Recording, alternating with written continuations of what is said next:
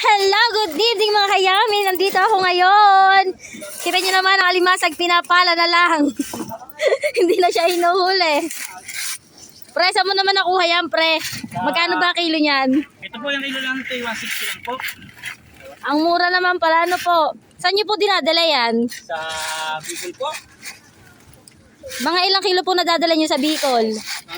Pagluto na po ay mga 600 kilo.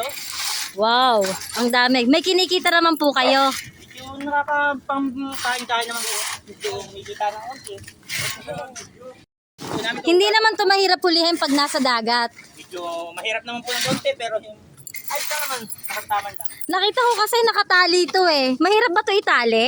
Tingnan nyo guys, nakatali pa siya oh. Baka gusto nyo magpa-example ng sipit dito. Eh pre, anong tawag sa alimasag na to? Yan po, ito po.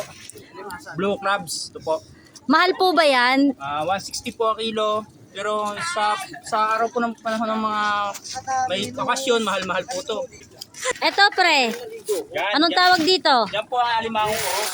Alam mo. Sisipit. At eto ho boss. Yan po, yan ang nagpaparami po ng ating alimasag. Ah, Pag po siya nanganganak. parang babae lang. Yan, babae po yan. Babae.